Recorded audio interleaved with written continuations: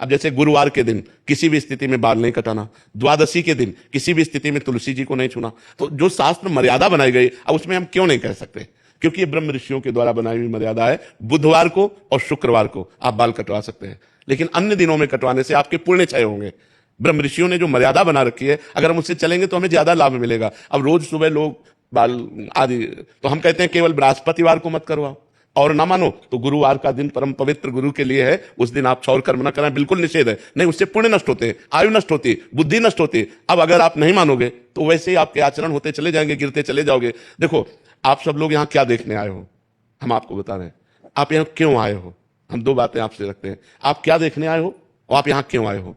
तो आप यहाँ देखने आए हो साधुता, भगवान के भक्त का दर्शन जो शास्त्र के अनुसार चलता है। आप आए हो अध्यात्म को पाने के लिए, आप आए हो सुख शांति के लिए, आए हो कि नहीं?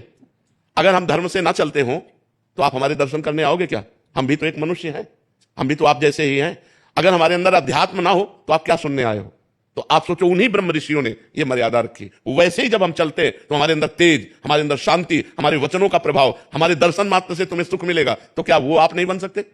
आप विचार करो। तो जो शास्त्रों में लिखा है उस पर हम क्यों नहीं लगाते, उसका हम आचरण करते हैं। जैसे डॉक्टर कहता है कि आपको ये नहीं खाना, ये नहीं खाना, ये नहीं, तो हम उनसे क्यों बोलते हैं क्या दही नहीं खाना? अरे भाई, दही तो बहुत अच्छी चीज है, क्यों नहीं खाना? क्योंकि तुम्हारा रोग बढ़ जाएगा।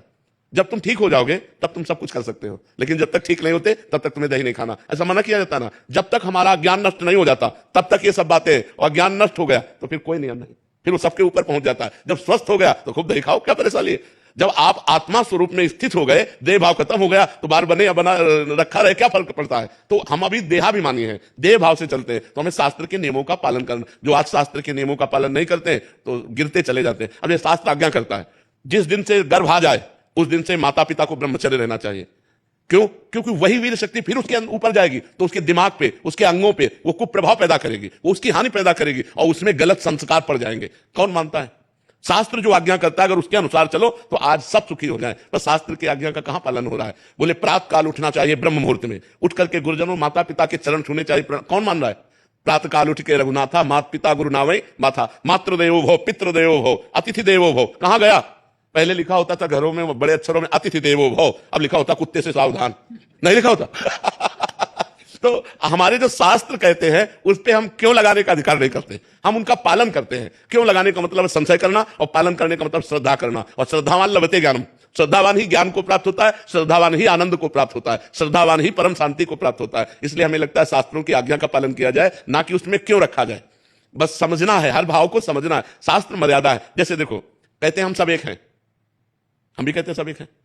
अब एक पिता के दो पुत्र हैं, एक बड़ा एक छोटा है। अब छोटा वाला बड़े के पैर छूता है, छूता है ना। अब ये मर्यादा है, शास्त्र मर्यादा है। तो देखो कितना अच्छा लगता है अगर छोटा वाला आकर के कर दे कि जिस बाप से तुम पैदा उसी बाप से हम पैदा हैं, क्या कमी जो हम तुम्हारे पैर छुए?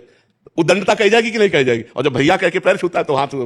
तो ये जो हमारी एक मर्यादा बनी हुई है, जो हमारे शास्त्र आज्ञा बनी हुई है, उसका पालन करने से हमें आनंद मिलता है, हमें शांति मिलती है, हमारी उन्नति होती है। और जब हम शास्त्र की आज्ञा का उल्लंघन करते हैं तो अशांति होती है, क्लेश होता है और हम अवनति को प्राप्त होते हैं। इसलिए हमें लगता है जो शास्त्रों में लिखा है उसका अक्षरशः पालन करना चाहिए।